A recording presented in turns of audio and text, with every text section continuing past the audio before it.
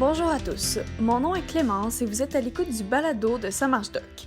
Nous sommes un organisme dont la mission est d'inciter au verdissement urbain et à la mobilité durable pour protéger la santé physique et mentale de la population, lutter contre les changements climatiques et ainsi diminuer les coûts en santé.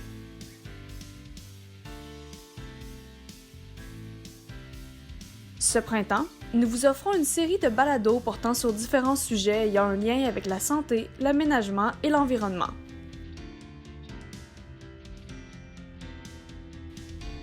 Cette semaine, en plus de 2 courtes chroniques faites par Isabelle Vaillancourt, directrice de Ça marche doc, et moi-même, nous vous présentons une discussion sur les facteurs de risque des maladies cardiovasculaires avec Dr Marie-Christelle Ross, cardiologue à l'Hôtel-Dieu de Lévis, et Alexandra Lévesque, kinésiologue. Donc, pour ce qui est des facteurs de risque de maladies cardiaques, en fait, de maladies cardiovasculaires, parce que ce qu'on comprend, c'est que les artères, qu'on ce soit les artères au niveau du cœur ou ailleurs dans le corps humain, malheureusement, avec les années, on sait que les artères ont tendance à rétrécir par un processus qu'on appelle l'athérosclérose, c'est-à-dire des plaques composées, entre autres, de cholestérol qui se forment à l'intérieur des artères de façon très, très progressive. Puis c'est ça, à un moment donné, quand la plaque va devenir assez grande, assez volumineuse, c'est ça qui va causer des problèmes d'angine, d'AVC, de paralysie, puis tout ça, là. Donc, juste on va parler des facteurs de risque pour cette plaque-là, qu'on appelle la plaque d'athérosclérose. Fait que dans le fond, dans les facteurs de risque, il y a 2 grandes catégories. On a les facteurs de risque qui ne sont pas modifiables, c'est-à-dire qu'on est né avec. Entre autres, le fait d'être un homme ou une femme. Si on est un homme, on sait qu'on est plus à risque de développer des maladies cardiaques précocement. Le fait de vieillir aussi, à chaque décade qu'on prend, donc à chaque 10 ans, on double à peu près notre risque d'avoir des problèmes cardiaques. Puis l'autre facteur sur lequel on ne peut pas vraiment intervenir, c'est notre histoire familiale. On sait que quand il y a de la maladie cardiaque dans la famille, bien, malheureusement, on est plus à risque d'en subir les contre-coups nous-mêmes. Fait qu'on ne s'attendra pas beaucoup sur ces facteurs-là parce que malheureusement, c'est des facteurs qu'on ne peut pas changer. Par contre, le but de la discussion aujourd'hui, ça va plus être de parler des facteurs sur lesquels on peut intervenir, puis sur lesquels ça va faire une grosse différence là, en bout de ligne. Fait que c'est ça. Dans les facteurs modifiables, ben, on a le tabagisme, on a l'hypertension, on a le cholestérol, on a le diabète, on a la sédentarité, on a l'obésité, puis on a aussi tous les problèmes de santé mentale, là, le stress, l'anxiété qui vont augmenter les problèmes cardiaques. Fait que je ne sais pas, peut-être qu'on peut les reprendre un par un petit peu pour en discuter davantage. Là. Je ne sais pas ce que tu en penses, mais bon, je ne sais pas c'est quoi ton expérience toi, avec le tabac. Qu'est-ce que tu remarques? Oui, bien en fait, comme vous l'avez nommé, ce qui est super intéressant dans les facteurs de risque modifiables, c'est que c'est vraiment nos habitudes de vie, entre autres notre pratique d'activité physique qui va avoir un impact super important, qui va nous aider à diminuer notre risque. Pour le tabagisme, entre autres, bien, quand on entame une démarche pour cesser de fumer, puis qu'on combine ça avec une augmentation de notre niveau d'activité physique, on peut avoir un impact vraiment plus intéressant, plus de chances de réussir notre arrêt tabagique. Avec l'activité physique. C'est sûr que je suis un peu biaisée comme kinésiologue, mais avec l'activité physique, ce qui est merveilleux, c'est qu'on a un impact sur chacun de ces facteurs de risque qui sont modifiables. On a la sédentarité qu'on parlait tout à l'heure, mais c'est sûr que la sédentarité, c'est l'inverse de l'activité physique. Fait que déjà là, sédentarité, là, on parle de faire 3 fois 30 minutes par semaine d'activité physique modérée. Fait qu'une activité physique où on se parle, on est essoufflé, mais c'est pas, comme des fois je dis, une petite marche facile, relax. Donc, c'est un petit peu plus intense. Fait que déjà là, si on atteint ce critère-là, du 3 fois 30 minutes par semaine, ben, on vient d'en enlever un. Puis, en ayant un mode de vie qui est plus actif au quotidien, là, on a parlé tantôt du diabète, bien, on réduit énormément nos risques parce que nos muscles, c'est vraiment des entrepôts pour stocker ce sucre-là. Au lieu que ce soit dans notre sang, on les veut dans notre muscle. Fait que juste avoir un mode de vie régulièrement actif, on vient jouer sur ce facteur de risque-là. On a aussi les problèmes de cholestérol, comme on parlait tantôt. Vous devez le voir dans votre pratique, avoir un mode de vie plus actif, ça a un impact sur ces deux facteurs-là. Oui, non, tout à fait. L'activité physique, à mon humble opinion, c'est vraiment la pierre angulaire là, du traitement en prévention, donc chez quelqu'un qui n'a jamais eu de problème cardiaque, mais aussi et surtout chez quelqu'un qui en a déjà eu, on appelle en prévention secondaire, donc pour éviter une récidive d'événements. Donc oui, l'activité physique, pour moi, c'est vraiment la pierre angulaire. Puis, tu sais, j'essaie toujours d'aiguiller mes patients. Puis, c'est un sujet qui est souvent un peu difficile à aborder, nous, au bureau, l'activité physique, parce qu'on n'a pas beaucoup de temps, les rencontres vont vite. Des fois, malheureusement, on n'a pas le temps d'aller dans les détails. Puis, c'est là que votre appui de kinésiologue devient vraiment essentiel. Puis, tu sais, moi, mon approche avec mes patients, c'est que oui, on a des cibles qu'on vise à atteindre. Comme tu mentionnais, 3 fois 30 minutes. On va même des fois jusqu'à demander comme 150 minutes d'activité physique là, par semaine. Mais ce qu'il faut comprendre, c'est que ce n'est pas une réponse de tout ou rien. Puis ça, je me répète souvent, puis je le dis souvent parce que, tu sais, des fois, quand j'ai un patient complètement sédentaire dans mon bureau, si je lui dis, bon, ben, madame, vous devez faire 150 minutes d'activité physique, puis je la laisse repartir comme ça, sont un peu dépourvus, puis c'est un objectif qui a l'air un peu inatteignable pour ces patients-là. Fait que dans mon approche, j'y vais vraiment, chaque augmentation est importante. Hein? Puis il y a des bénéfices. Si on fait rien là, de 0 à faire juste 10 minutes d'activité par jour, on sait qu'il y a d'énormes bénéfices. C'est sûr qu'il y en aura un peu plus si on en fait plus, mais cette fenêtre-là, du premier 10 minutes, est très importante. Fait que je pense qu'il faut vraiment regarder d'où part le patient, puis essayer d'augmenter un peu avec la personne. Puis, tu sais, oui, il y a l'activité physique, donc la marche, puis tu sais, toutes les sont tous bons ou à peu près égales, tu sais, dépendamment un peu des douleurs qu'on a, des limitations qu'on a. Mais aussi, ce qu'on voit dans la littérature des dernières années, c'est vraiment en lien avec la sédentarité. Puis, il y a un petit peu une différence entre les deux, dans le sens que si moi, je suis assise à mon bureau toute la journée, je ne bouge pas de la journée, puis je vais faire mon 30 minutes en soirée d'activité physique, c'est bien. Mais le temps que j'ai passé assise au bureau, il est délétère. Puis, on se rend compte qu'on essaie d'éviter ces comportements sédentaires-là, donc de se lever le plus souvent, d'essayer de ne pas rester assis devant la télé des heures et des heures. Donc, j'avais participé à une étude durant mon fellowship où est-ce que c'était super intéressant. En fait, c'était du personnel administratif de l'université où je faisais mon fellow. Puis, on leur a fourni un stand-up desk, donc un bureau qu'on peut lever et descendre à notre guise. Et puis, en après-midi, le personnel administratif avait leur bureau debout pour 3 heures par jour. Puis, le reste du temps, il était assis. On s'est rendu compte que juste le fait de travailler 3 heures par jour en position debout avait un effet super bénéfique là, sur les facteurs métaboliques. La glycémie, donc le taux de sucre, augmentait moins dans le sang et dépensait plus de calories. En tout cas, bref, c'était très, très bénéfique. Puis, après quelques jours à s'être habitués, les gens aimaient ça aussi. Fait que des fois, oui, il faut faire du sport, mais il faut aussi essayer de voir si on peut réduire ces comportements-là sédentaires. Je ne sais pas ce que tu en penses, Alexandra, si tu as des commentaires là-dessus. Là. Oui, exactement, parce que c'est pas... Souvent, on utilise sédentarité à un peu toutes les sauces, mais il y a vraiment une différence entre la sédentarité puis le fait de ne pas être actif, donc de ne pas rencontrer les recommandations. Puis, comme vous dites, c'est d'y aller avec quelque chose qu'on aime faire, puis on est mieux d'en faire un tout petit peu que pas du tout.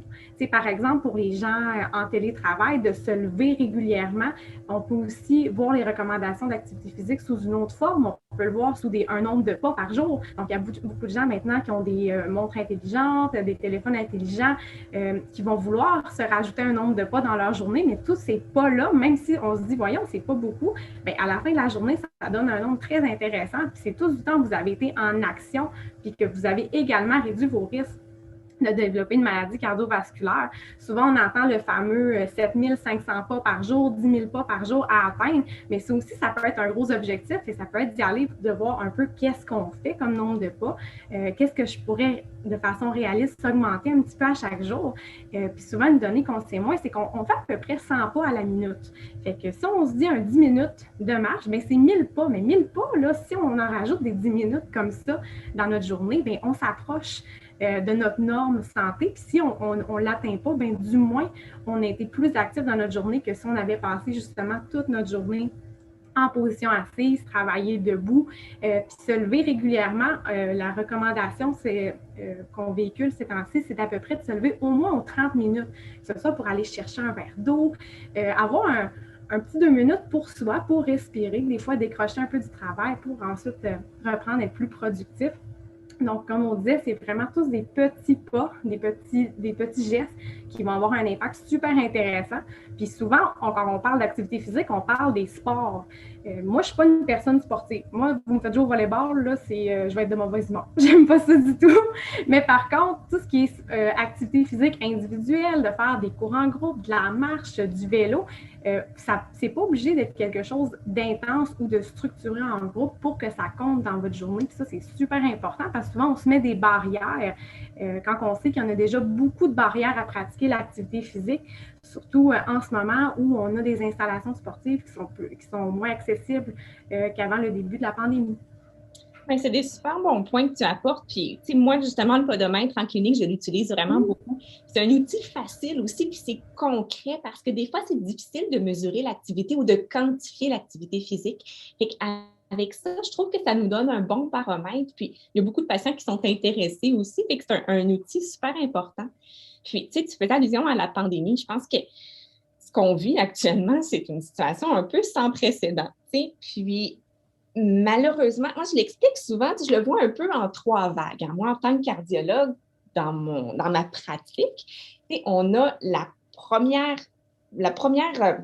en fait, le premier pic de complications cardiaques. Le premier, c'est souvent en lien avec la COVID, les complications cardiaques de la COVID, c'est une chose. Le deuxième pic qu'on voit, c'est des patients qui n'osent pas consulter, qui ont des symptômes à la maison, puis qui n'osent pas consulter parce qu'ils ont peur d'attraper la COVID ou qu'ils ne veulent pas surcharger le système ou peu importe la raison.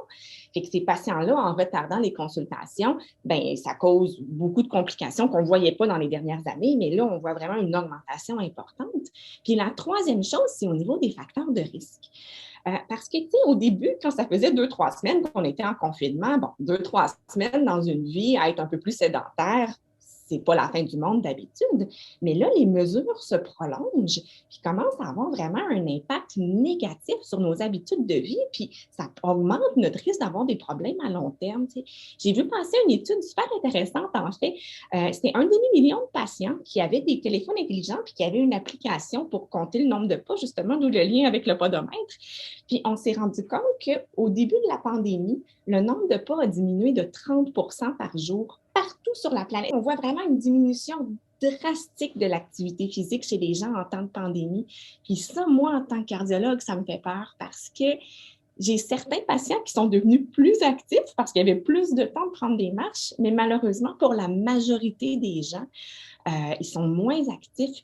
Je sais que votre organisme parle beaucoup d'aménager des espaces verts, d'urbanisme. Bien, ça, c'est une façon d'encourager les gens à rester actifs.